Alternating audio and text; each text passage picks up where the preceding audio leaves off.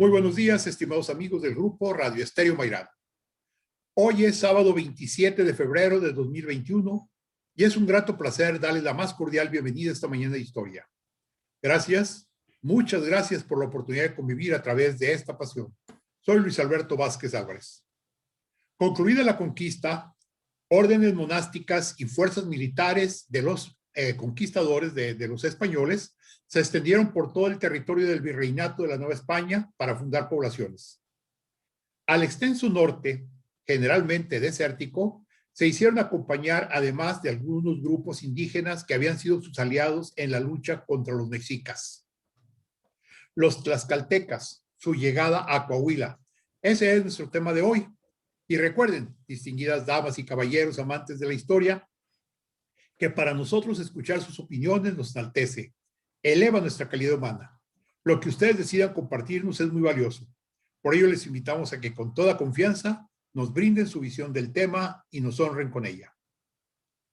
Con mucho agrado damos la más cordial bienvenida a nuestro distinguido invitado, Rodolfo Esparza Cárdenas, doctor en Historia, catedrático de varias universidades en profesional y posgrado, director de Cultura y del Archivo Municipal de Torreón a tiempo atrás, autor de varios libros de historia y articulista de diversos diarios nacionales, compositor musical, y él ha obtenido importantes preseas. Rodolfo, muy buenos días. Buenos días, Alberto. Pues me da mucho gusto estar nuevamente con ustedes en esta mañana. Gracias. Bien, como fondo musical vamos a estar escuchando música de Llamado Tlaxcalteca y Viento Tlaxcalteca. Rodolfo, la semana pasada nos platicaste sobre la conquista y la participación de los tlaxcaltecas en dicha conquista y nos dejaste algo así como picados con la duda de la fundación de la Nueva Vizcaya, el sur de Coahuila, por parte de grupos de españoles, pero acompañados de los tlaxcaltecas. Y nos prometiste que hoy ibas a continuar platicándonos de ello. Claro que sí, con mucho gusto. Sí, efectivamente, pues habíamos comentado muy brevemente, un breve resumen, los conflictos que se fueron dando entre el virrey, la Audiencia de México y la Nueva Galicia y la Audiencia de Guadalajara. Estos tenían la intención, al estar en pleito con el virrey y la Audiencia de México, pues buscar una ruta que los llevara directamente a España sin tener que pasar por la Ciudad de México y salir del puerto de Veracruz. Para evitar ese proyecto, se pusieron de acuerdo Luis de Velasco, el padre, el primer virrey, que se llamó Luis de Velasco porque el hijo también se llamaba igual, pero también fue virrey, ¿no? Hizo un convenio con Miguel de Ibarra y Diego de Ibarra, cuando ya las minas de Zacatecas cobraban importancia por su gran poderío en la extracción de la plata. Entonces decidieron fundar un nuevo reino y ese nuevo reino fue la Nueva Vizcaya. Esta fundación va a ser muy importante porque va a tener repercusiones para el sur de Coahuila y para todo el norte, esta circunstancia de haber fundado el nuevo reino de la Nueva Vizcaya. Ahora, también otro punto que habíamos comentado es que en ese momento, por muchos años, no se había podido avanzar de Zacatecas hacia el norte, precisamente por las batallas que daban los chichimecas, las impedían sostener las comunidades que trataban de fundar. Y hubo un momento en que se decidió hacer una política que llamaron de guerra a sangre y fuego, que era el propósito de exterminar a estos grupos chichimecas, exterminar en términos exactos de quitarlos del territorio, sacarlos, ¿verdad? Que es lo que significa exterminar, aunque nosotros bien tenemos el concepto de desaparecer, ¿no? De dar muerte. Y bueno, hicieron esa política, pero no les resultaba esa política, de tal manera que vieron con el tiempo que habían gastado mucho dinero y era infructuoso todo ese esfuerzo, y en esa medida se les ocurrió cambiar la política y entonces pensaron en traer grupos de indígenas sedentarios a la frontera chichimeca, fundar pueblos con ellos, con la intención de que esos pueblos entraran en contacto con los chichimecas y a través de esos contactos fueran llevándolos a una sedentización que a ellos les interesaba que se diera para tener esa posibilidad de avanzar hacia el norte. Eso fue lo que nos quedamos. Y habíamos platicado también que dentro de esa política, ya al hijo, Luis de Velasco, se le ocurre hacer una colonización con indígenas mesoamericanos. Y trabajó con varios grupos, pero no todos le quisieron apoyar en el proyecto. Sin embargo, los tlaxcaltecas sí los vio interesados en venir hacia el norte. De tal manera que entró en pláticas con ellos y fueron pláticas que duraron escasamente, es decir, un año. No fueron fáciles las conversaciones que tuvieron entre el Cabildo de Tlaxcala y el virrey Luis de Velasco hijo para poder llegar a un acuerdo de cómo traer a esas familias tlaxcaltecas a la zona de la frontera chichimeca, con la finalidad de fundar esos pueblos. Entonces platicamos también que se fundaron varios de estos pueblos, y uno de ellos fue el de Saltillo, que no quedaba en la frontera, quedaba muy lejos, ¿verdad? Porque la frontera chichimeca, pues vamos a decir que estaba más o menos a mediados del estado de Zacatecas, San Luis, todo eso. Entonces, pues son muchos kilómetros, ¿no? Los que hay de distancia entre esa línea y Saltillo. Pero ¿por qué se decidió eso? Pues porque el grupo en el que se apoyó el virrey, pues era precisamente este grupo de los Ibarra que seguían teniendo este control, ¿no? Este grupo ya habíamos dicho que habían avanzado hacia el oriente, ¿no?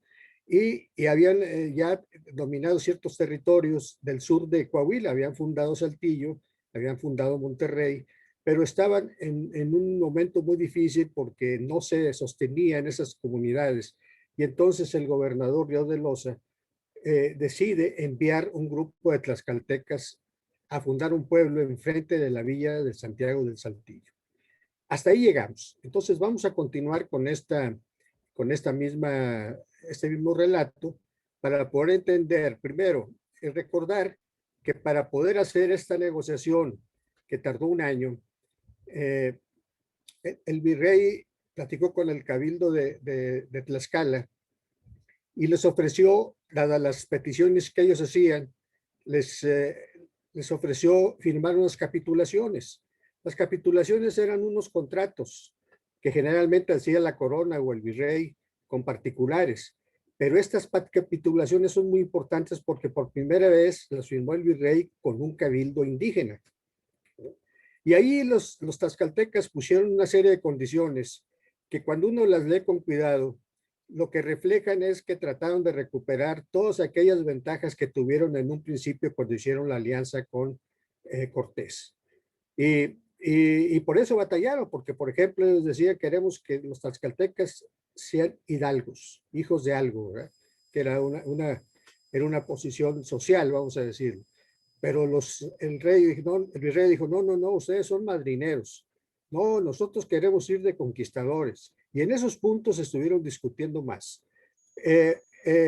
También se tardó porque el virrey era partidario de los jesuitas.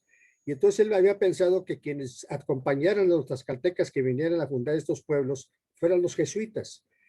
Pero no tomó en cuenta que los franciscanos, que eran los que estaban evangelizando la zona de Tlaxcala, pues hicieron grilla, ¿verdad? Sí, se molestaron, hicieron política y empezaron a aconsejar a los tlaxcaltecas y entonces se le dificultó grandemente el arreglo de esta capitulación.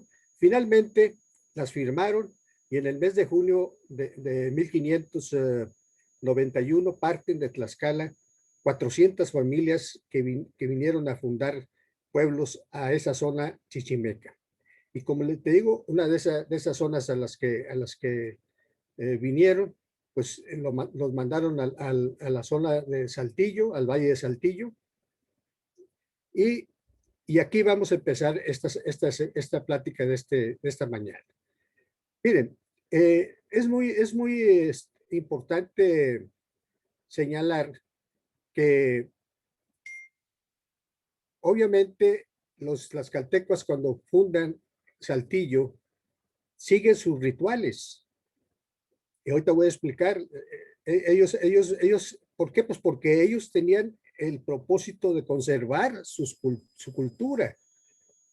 Se resistían a continuar siendo dominados, y en ese dominio, pues poco a poco ir trocando su cultura original por la cultura novohispana, ¿verdad? Que es la que se estaba construyendo en ese tiempo.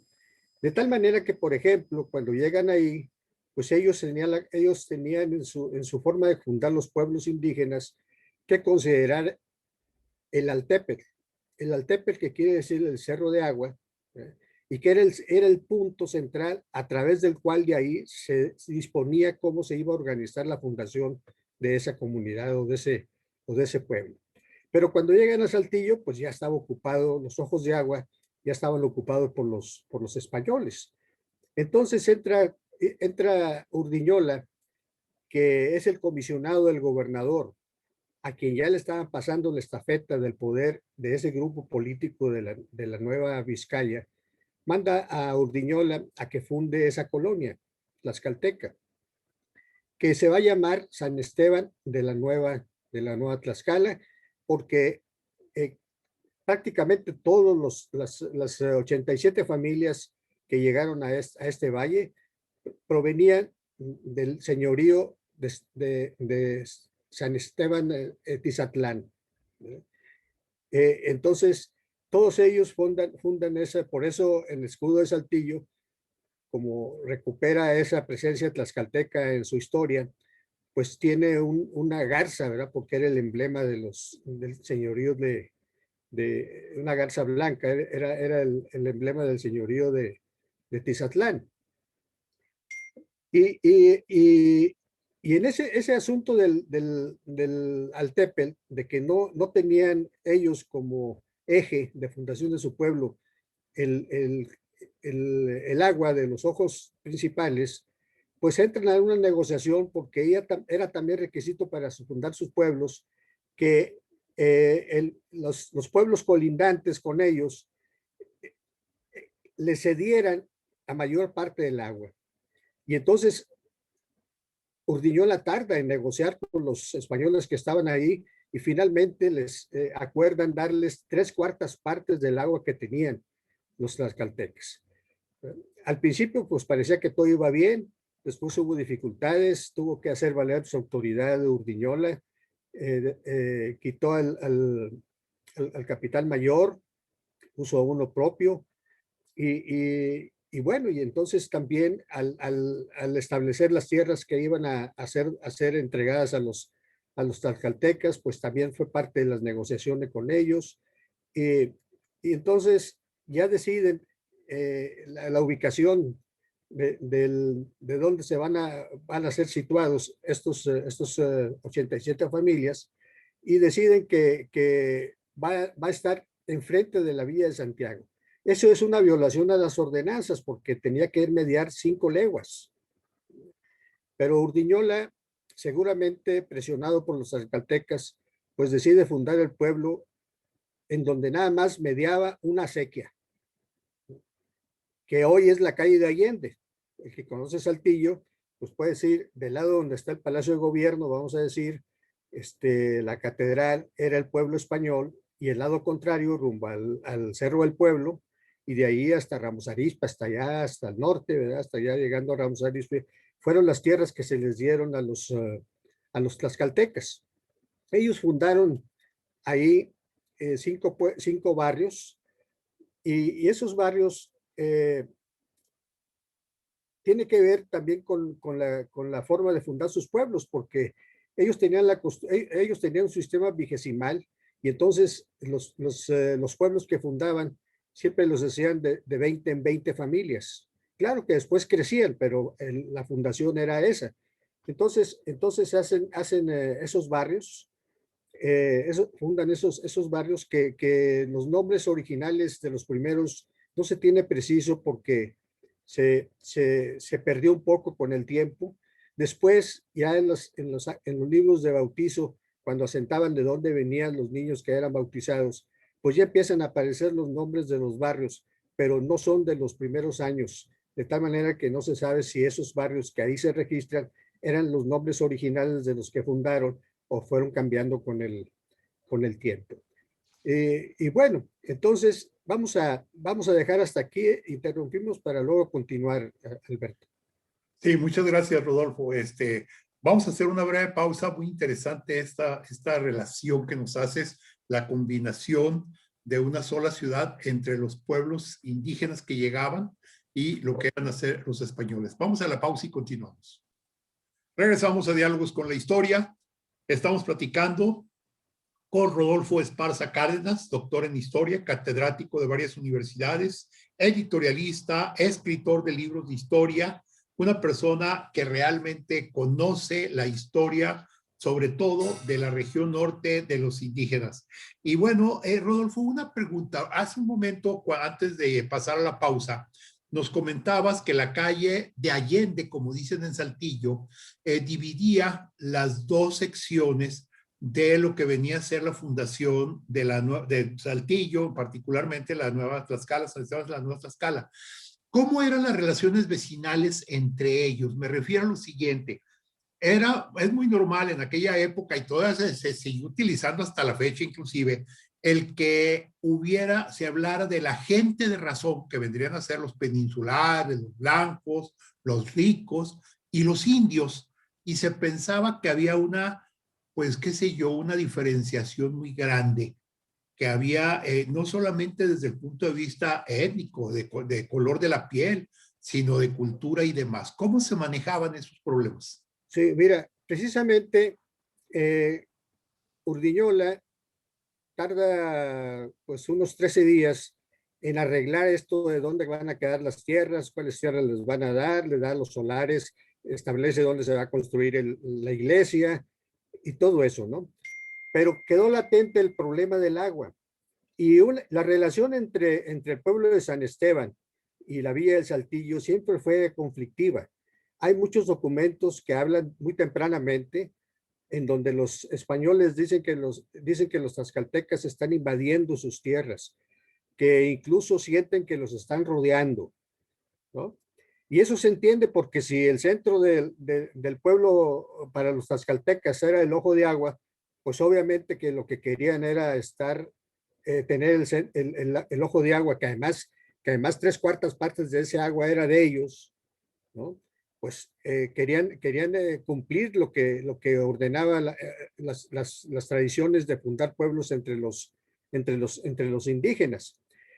Urdiñola tuvo mucho cuidado porque sabiendo que esas relaciones no eran equilibradas entre españoles e indígenas, hasta un mes después de que ya tienen más o menos todo organizado de cómo iba a quedar todo ello, venció todas las dificultades que al principio parecían no existían, pero que se fueron presentando, fue que sacó las capitulaciones, ¿no?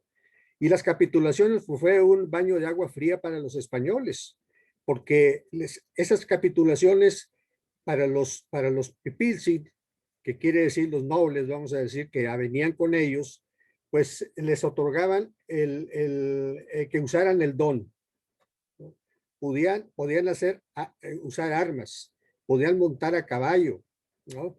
No podían entrar los españoles a su pueblo, tenían que cuidarles sus sembradíos y todo lo demás. Es decir, empezaron a conocer las condiciones que ellos traían, muchas de las cuales ninguno de los españoles que vivían en Saltillo tenían, ¿sí?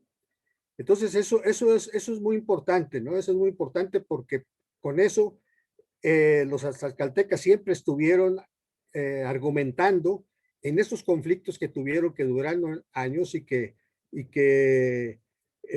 peleaban las tierras y luego los españoles decían, a ver, dame las capitulaciones, es decir, la fundación para que veamos cuáles eran las tierras que ustedes tenían y estas no son de ustedes y estas sí son, y ahí saben. Y los tlaxcaltecas pues fueron conociendo y fueron muy expertos en el derecho indiano, de tal manera que tenían un archivo muy cuidado en donde los pleitos que a veces duraban, como hoy muchos pleitos duraban años, pues iban transmitiendo, ¿verdad? Porque los cabildos cambiaban, pero los nuevos autoridades conocían el problema y lo continuaban, ¿verdad?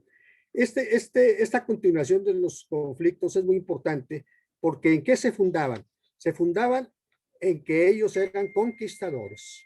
se fundaban en que ellos eran evangelizadores, ¿sí? Se fundaban en que ellos eran hidalgos, se fundaban, sí me explico, es decir, esos eran sus alegatos, y esos alegatos que pasan de una generación a otra, les dan elementos para mantener su identidad, que es un elemento muy importante que fue lo que yo estudié, y decir cómo es que los tlaxcaltecas, porque las otras colonias se fueron desvaneciendo, pero San Esteban de la Nueva Tlaxcala duró 300 años, ¿verdad? Y no solamente duró 300 años, fundaron muchas colonias en Coahuila y en Nuevo León. Por ejemplo, Guadalupe, Nuevo León, la fundaron los tlaxcaltecas. Bustamante, Nuevo León, la fundaron los tlaxcaltecas. En Coahuila, pues fundaron San Francisco, que formó parte después de otro pueblo igual como en Saltillo de los españoles en Monclova. Pero también fundaron en Cuatro Ciénegas, en Nadadores, en Sacramento, en Nava, ¿sí? En Candela, ¿eh? Y desde luego que en Arteaga. Y claro, que también en Parras, obviamente que ahí estuvieron presentes los tlaxcaltecas, inclusive, aunque ya tardíamente, en 1730 y tantos, en Viesca, lo que es hoy Viesca. Entonces, todas esas conquistas que hicieron, todas estas fundaciones, estaban apoyadas en sus capitulaciones. Sus capitulaciones les hicieron funcionar como una constitución, ¿eh? Y cuando había pleitos, ellos alegaban, ¿no? La fuerza emanaba de ellos. Además, hay otra cosa muy importante. Los tlaxcaltecas de San Esteban dependían del virrey y dependían de la audiencia de México, ¿sí?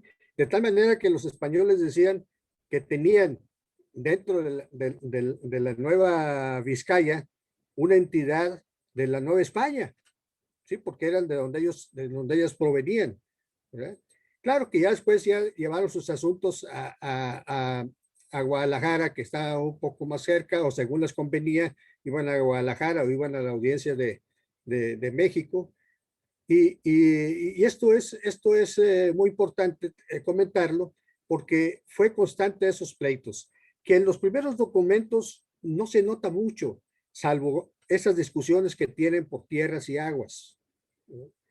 Eh, y como llegó un momento en que el pueblo de San Esteban tuvo más habitantes que los de Saltillo, ¿verdad?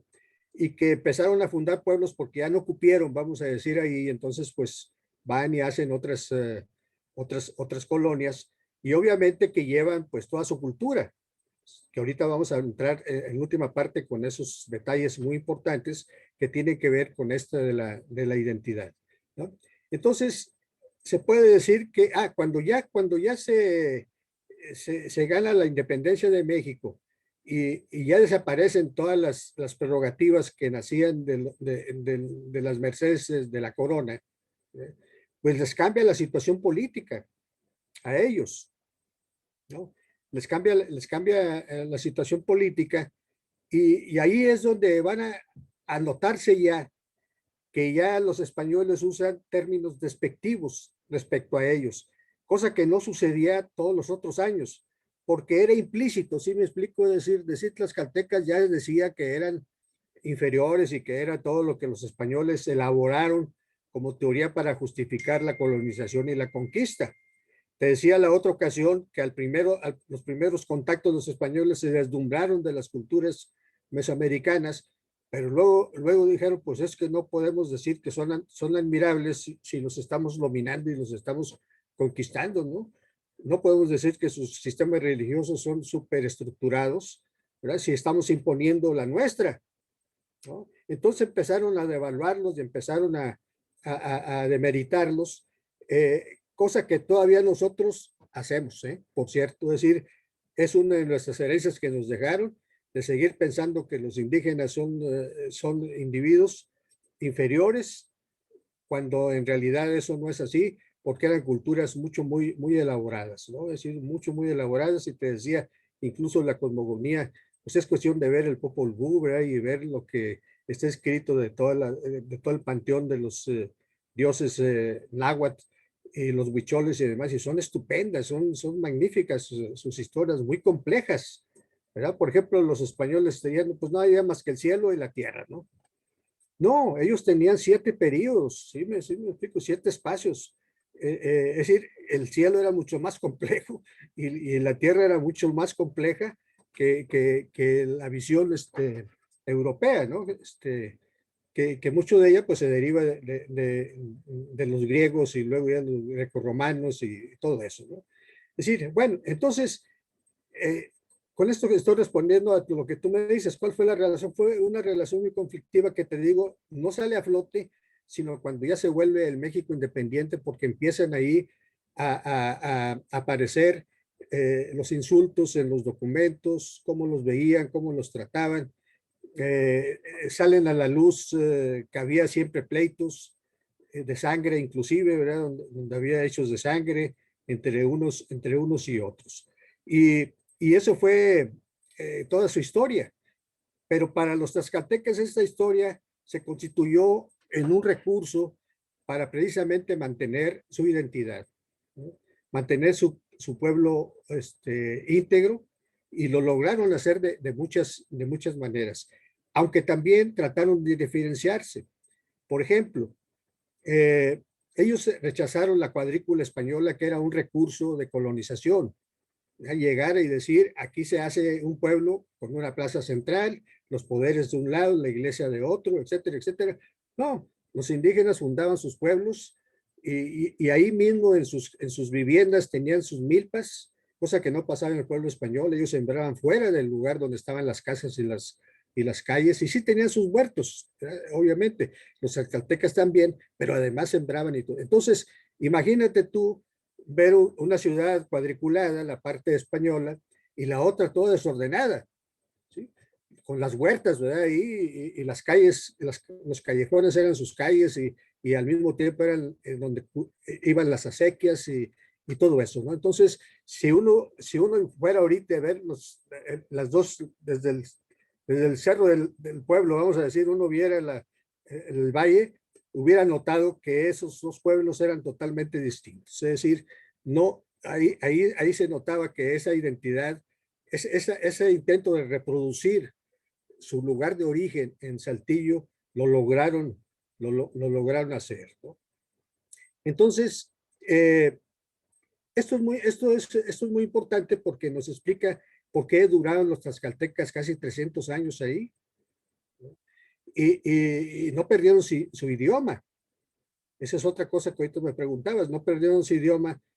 Y es muy interesante, yo siempre les he propuesto que estudien los documentos tlaxcaltecas que hay en Saltillo para ver si su lengua evolucionó o no, dado que no había cercano de ellos quien hablara náhuatl. Y ellos lo conservaron. Todavía Jiménez hizo una investigación etnográfica en los años 50 en Saltillo y encontró muchas familias que todavía hablaban náhuatl, ¿sí? Es decir, el idioma lo mantuvieron por todo su tiempo, y desde luego todas sus demás costumbres y toda la tecnología que ellos traían, muchas de ellas ya combinada con la tecnología agrícola española, ¿no?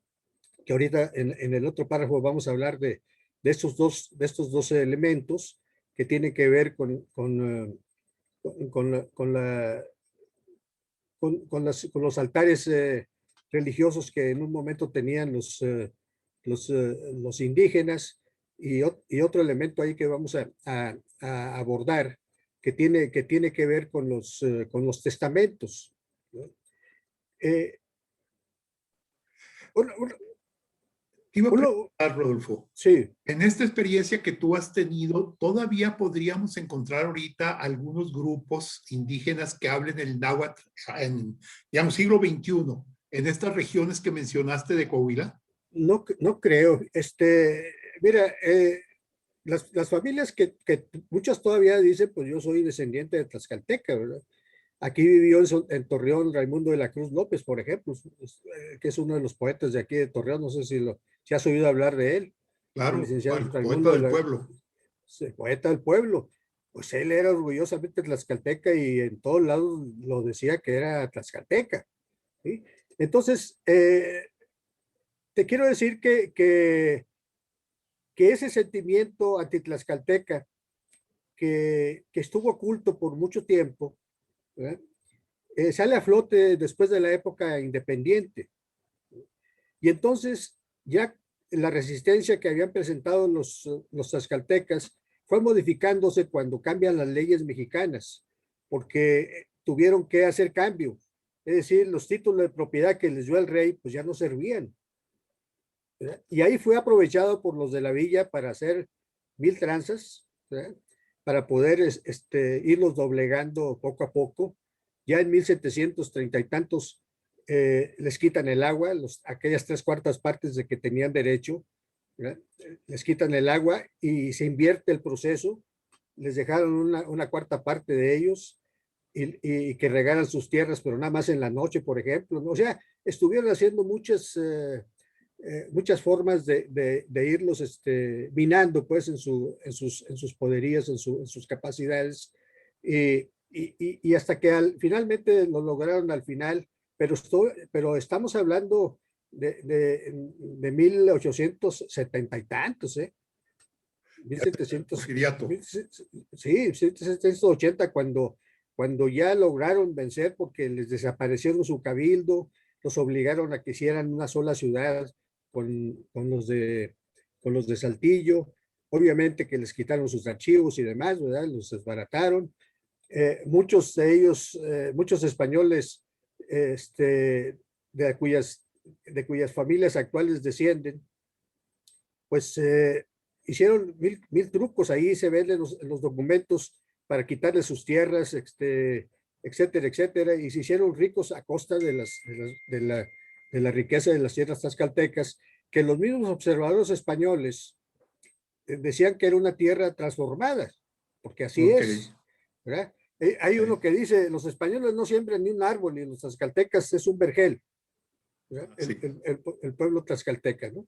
Muy interesante. Vamos a hacer una breve pausa y continuamos platicando. Regresamos a Diálogos con la Historia. Estamos platicando con Rodolfo Esparza Cárdenas. Él es doctor en Historia, catedrático universitario. Ha sido director de Cultura y del Archivo Municipal en Torreón, autor de varios libros de historia, articulista en diarios nacionales. Y bueno, pues nos está platicando acerca de la llegada de los tlaxcaltecas a Coahuila.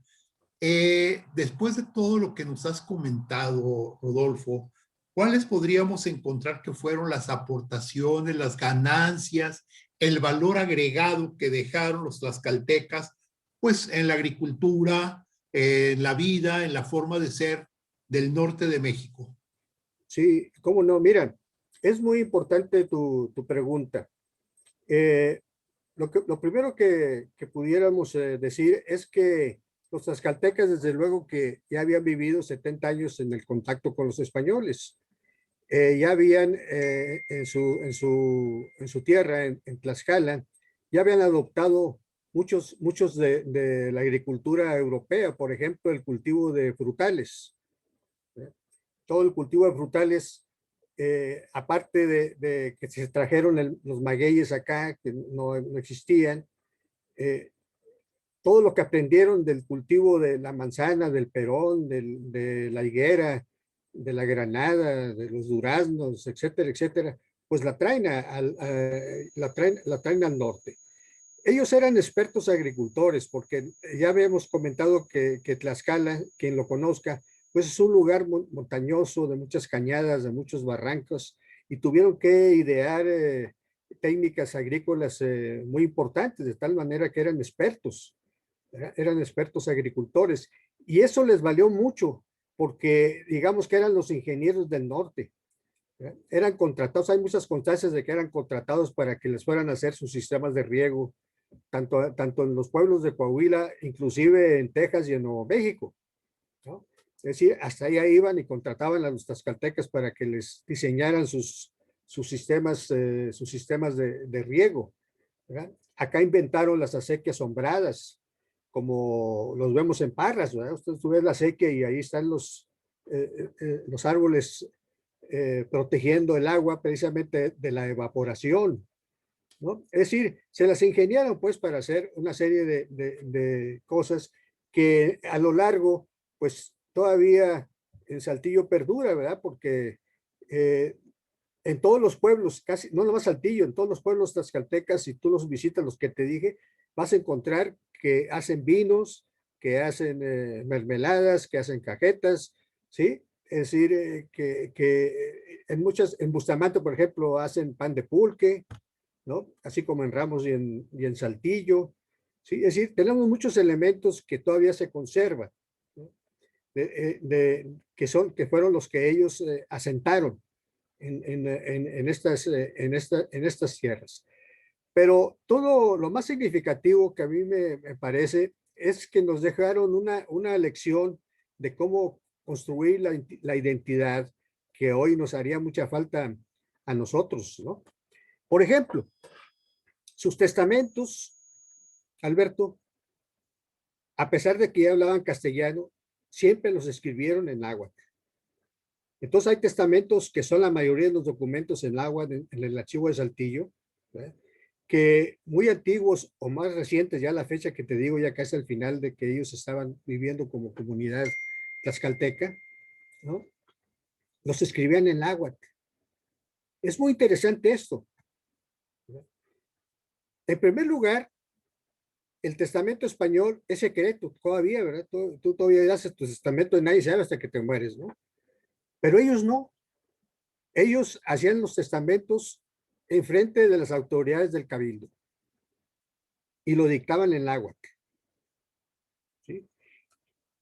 Yo lo interpreto como que es un elemento en donde dice nosotros, esta es nuestra lengua original y nacimos con la lengua original y nos morimos con la lengua original, ¿no? Y le estoy dejando a mi familia en la lengua original, ¿verdad? El producto de nuestro trabajo, ¿no? Y entonces, en los testamentos hay cosas muy interesantes, por ejemplo, cuidando de que no les pasara lo que en Tlaxcala, de que se casaba una muchacha con un español y al rato les quitaban las tierras, ¿no? Y al rato vendían. Fíjate qué interesante, les heredaban de la huerta fulana de tal, una hilera se la doy a Chuy, otra hilera se la doy a Juan, otra hilera se la doy a María, ¿sí? Es decir, pues ¿para qué te sirve una hilera de nogales o de duranos? Pues para nada. Era un mecanismo que ellos buscaban de que no se vendiera, ¿no? De que no dijeran, no, pues yo ya vendí, ya me encontré, ya lo heredé, no, se los daban, así se los repartían. Y lo mismo las casas, 3 morillos que tiene este cuarto para Pedro, 4 morillos para Juana, ¿sí? Fíjate qué interesante, es decir, inventaron esos mecanismos para cuidar la no desintegración de las familias, ¿no? Y otro elemento muy importante que tuvieron, porque ellos te decía que también se consideraban evangelizadores, es que ellos sí hacían uso de la religión, pero muy utilitariamente. Por ejemplo, casi no mandaban a hacer misas, ¿no? Hacían capellanías, ¿verdad? Que tú sabes que era para patrocinar la formación de los capellanes y los que se dedicaban a eso, ¿verdad? Y hacían tenían capitales que también usaban para hacer préstamos y todo eso. La capellanía servía un poquito de bancos, vamos a decirlo, en ese tiempo, ¿verdad? Pero fíjate que las capellanías de ellos nunca dejaban el dinero ni el capital a nadie, menos a la iglesia. Se lo dejaban al mayor y a los hijos, y si se morían todos los hijos, dice, esa capellanía, el capital de esa capellanía es para el cabildo, ¿sí? Entonces ahí ves una intención muy importante, ¿no? En donde para ellos la religión, pues no se sabe qué tan profunda era, ¿no? No, y eso nos lleva a otra parte interesante. Una parte de los testamentos nos hablan de los altares familiares, ¿no? Y también, curiosamente, era una forma de heredar, ¿verdad?, las creencias que entre ellos tenían. Porque claro, los españoles también tenían en sus casas capillas, ¿no? ¿Verdad? Y altares, pero generalmente pues es dedicado a un santo o al Cristo, etcétera, etcétera. Pero no, resulta, se descubre uno a través de los testamentos que las familias tlaxcaltecas tenían altares con muchos santos. No hay que olvidar que desde un principio los santos fueron sustituyendo a los dioses indígenas, ¿verdad? que lo reconocían los misioneros. Dicen, pues aquí ahorita hacemos la fiesta y todo eso, pero en la noche se van a la sierra y ellos siguen haciendo sus mismos, los ritos de siempre, ¿no? Y donde había un dios que tuviera determinadas características, buscaban en el panteón católico cuál santo tenía más o menos las mismas características y pues ese es el que le ponía, ¿no? De tal manera que no podemos olvidar que es muy posible que detrás de esos santos católicos que tenían en sus casas, pues estuvieran adorando a sus dioses indígenas, ¿verdad? Y entonces en los testamentos se descubre que le van heredando también a sus hijos los personajes que tenían en los altares, ¿no? Tal santo a fulano, tal santo a sutano, o a todos le dejaban todos los santos que tenían en sus casas. Y eso yo lo interpreto como que es otro mecanismo a través de los cuales trascendía, ¿verdad?, de una familia a la siguiente generación, ¿no?, de que se mantuvieran en las mismas creencias, adorando a los mismos dioses.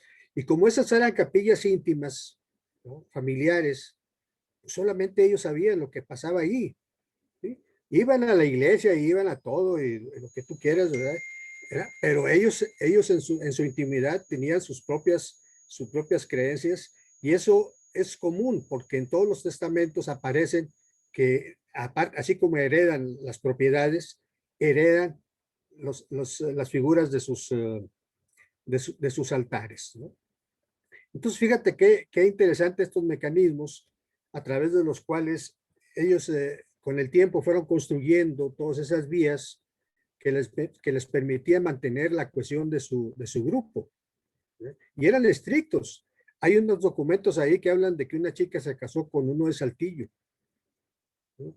Pero como en las capitulaciones decía que los españoles no podían vivir en San Esteban, pues no la dejaron vivir ahí, ¿no?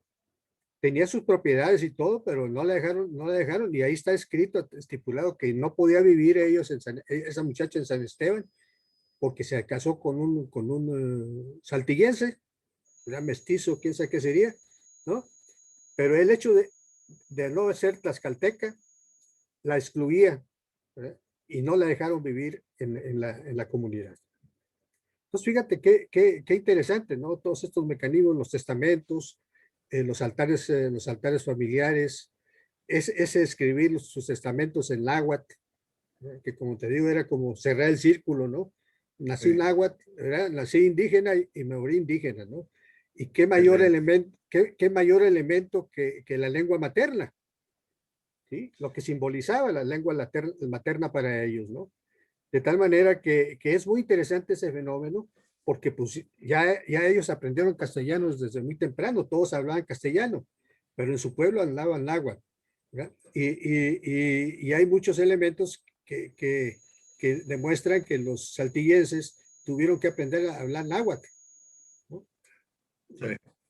para poder tener comunicaciones con ellos más efectivas. Entonces, pues, ¿qué nos dejaron estos tlaxcaltecas? Primero nos dejaron toda su tecnología agrícola, que te digo, gracias a ella creció la agricultura en el norte todavía en Saltillo, en Rocamonte, no sé si sabes dónde está eso, que es un pueblecito ahí, una colonilla ahí que está en límites casi de Zacatecas con Saltillo por la carretera Zacatecas, ¿no?, donde todavía se ve las terrazas, ¿verdad?, con que sembraban. Todavía se ve sus campos delimitados por los magueyes gigantes que ellos trajeron. Estamos hablando del 2021, ¿eh? Y ahorita vas y los ves todavía esas técnicas que ellos aprendieron en su tierra, ¿no?, y que acá se hicieron expertos en cómo canalizar el agua, cómo cuidarla, cómo preparar las tierras, y como te digo, los contrataban. Eran los ingenieros agrónomos de su tiempo para todo el norte, ¿no?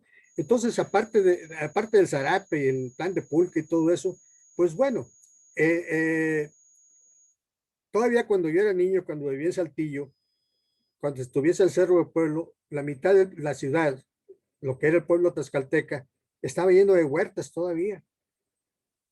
¿Sí? En Saltillo hay un fenómeno urbano muy interesante, no sé si estás fijado. Hay muchas privadas, ¿no? En el Saltillo viejo, de la parte tlaxcalteca, ¿verdad? Hay muchas privadas. ¿Por qué? ¿Por qué hay muchas privadas? Pues porque eran las viejas huertas,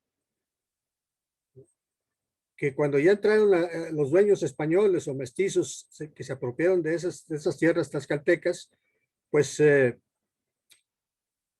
eran tan grandes que, ¿qué hacían con ellos? Pues hicieron casas para adentro, ¿no? Entonces tú ves en Saltillo muchos lugares donde hay 3, 4 casas hacia adentro de la calle, ¿no? Pues eran las antiguas huertas, que se acabaron. A mí todavía me tocó verlas, todavía me tocó ver acequias, por ejemplo, por la calle Murguía todavía corría el agua, ¿no? De que venía de allá de la loma del Ojo de Agua, ¿no? ¿Verdad? Entonces, por ejemplo, el Bustamante, todavía el trazo tlaxcalteca está presente, ¿no? Todavía está el Altepe, porque curiosamente ahí del cerrito todavía corre agua, ¿verdad? Y tú ves que ahí está el Altepe, porque ahí no había españoles, ahí pudieron fundar su pueblo, cuidando todas las provisiones que ellos tenían en su cultura de fundar pueblos. En Saltillo no, porque ya estaban los españoles ahí, y eso se volvió un motivo de conflictos durante todos los años que ellos estuvieron viviendo en esos lugares, ¿no? Y bueno, yo creo que también ellos influyeron mucho en esa no religiosidad de los coahuilenses, porque te digo, los tlaxcaltecas eran pragmáticos, ¿sí? Entonces eran católicos, entre comillas, ¿verdad? Porque los ves que no hacían misas, ¿verdad? Que las capellanías no les dejaban el dinero a los de la iglesia, que siempre estuvieron diciendo que ellos fueron los constructores del templo y ellos eran los evangelizadores. ¿Sí me explico? Es decir, era un manejo utilitario de la parte religiosa, pues, entonces, yo creo que por eso, pues sí, no digo que no seamos devotos en el norte, ¿verdad? En el Coahuila y todo eso, pero como que no tanto, ¿no? Sí, sí, sí. Es decir, es decir, en Saltillo decíamos, ¿en dónde hiciste el negocio ese? Pues ahí en la misa. Sí, yo me acuerdo que un amigo, un vecino ahí, Miguel Daimitín, siempre nos decía, tengo que ir a misa, le decía a su esposa, la maestra, porque tengo que hacer estos negocios. Muy, Sí, sí. muy interesante. Rodolfo Esparza Cárdenas, muchísimas gracias por estos dos programas de los tlaxcaltecas, primero en la conquista, después en la llegada a Coahuila. Muchas gracias por tu participación. Esperamos muy pronto tenerte nuevamente aquí en Diálogos con la Historia, platicándonos de otros temas muy interesantes. Muchísimas gracias. Al contrario, muchas gracias a ti, Alberto Vázquez, pero no el cantante, sino el historiador. Sí, no, gracias. Bueno, gracias a mi compañera Claudia Martínez Martel en la coordinación general. Gracias a mi compañero Roberto Ríos en el control de grabación y a ustedes, estimadas amigas, amigos, los esperamos el próximo sábado 6 de marzo. Muchas gracias. Muy feliz fin de semana.